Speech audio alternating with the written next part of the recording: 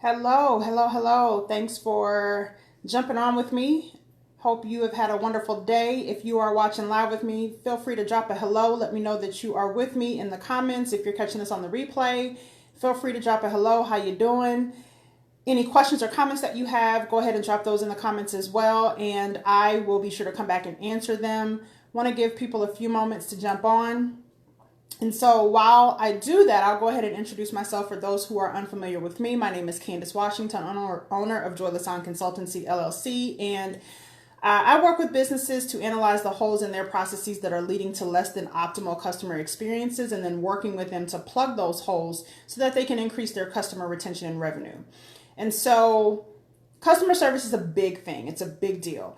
And it's very true that a lot of businesses and companies don't focus enough on their customers' experiences. But it's also true that you should be focused as a business owner on your customer experiences before the business. And so I call that the business before the business. How you are interacting with potential customers and clients is equally as important as how you are interacting with your existing customers and clients. And so, I just want to talk a moment about those pre-business interactions. Your interactions with potential customers and clients could very well determine whether or not you get the business from that person. And so that's why I talked about, in order to keep a client, you must first get a client. And so attracting the client, that's a process. Working with people, getting people to do business with you, that is a process. And so how those interactions go prior to somebody spending their money with you can determine whether or not they spend their money with you. Personally, I've had several business owners who made it impossible, and I mean several, who have made it virtually impossible for me to meet with them about their business, just to have a meeting. I had to go through hoops, had to go through a lot of excuses on why they couldn't meet, a lot of rescheduling and all of that. And it just made it very difficult for me to even sit down with them and talk business.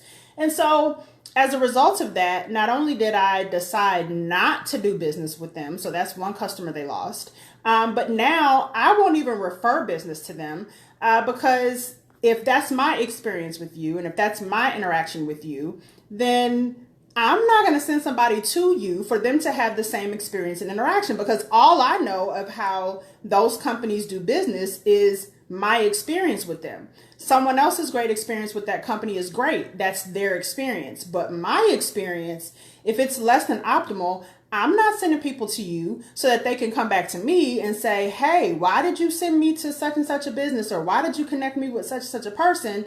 Because they did X, Y, and Z. So I can't in good conscience knowingly send business to those companies based on how they have interacted with me. And so I just encourage all business owners to think about that. As much as you are focusing on your current customers and your current clients, focus as much also as those people that you want to be customers. Examine your interactions with them.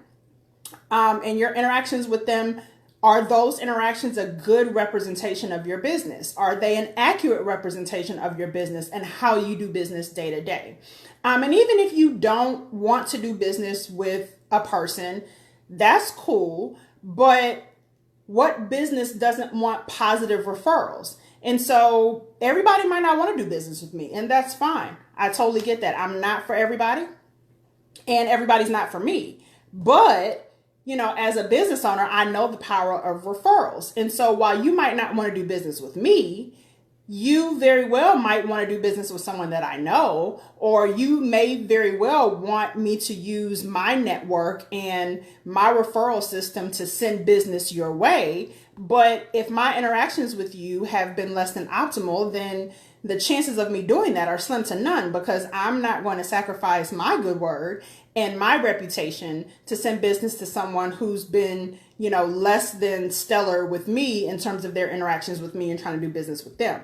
So I just encourage you to think about that. How are you handling your interactions with prospects, with potential clients, potential customers? What do those interactions look like? What are some things that you could do differently and things that you could do better in terms of improving those interactions? Because clients don't become clients until they decide to buy and spend their money with you.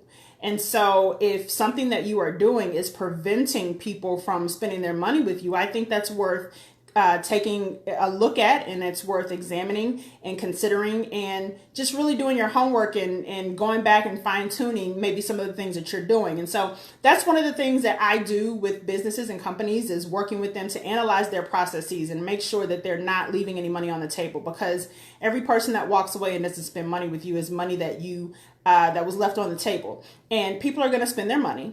I had one of my mentors tell me today, people will buy what they want to buy. They will spend money on what they want to spend money on. Doesn't matter how much it costs. If people want something, they're going to spend their money. And so if people are going to spend money, and we all know that as consumers as well, we all know that we spend our money on what we want to spend our money on. And so if people are going to spend money on things, why not spend their money with you? But are you making it difficult for them to spend their money with you? Are you making it challenging for them to spend their money with you? Are you leaving a bad taste in someone's mouth because of how they've interacted or the interactions that they've had with your company or your business?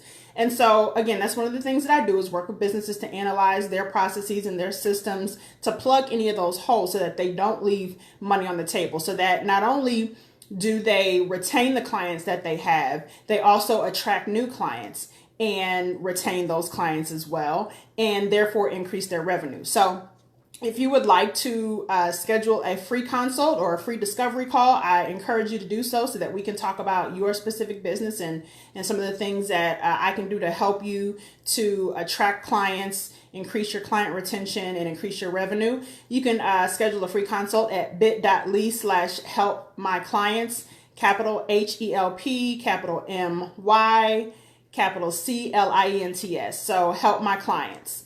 Bit.ly/help my clients. I would love to speak with you and see how we can work together so that you can help deliver exceptional customer service and client experience to all of those people who do business with you and that seek to do business with you. So thanks for hopping on. Appreciate your time. And until next time, have a great day. Have a great evening whenever you're catching this. Just be blessed, and I'll see you next time.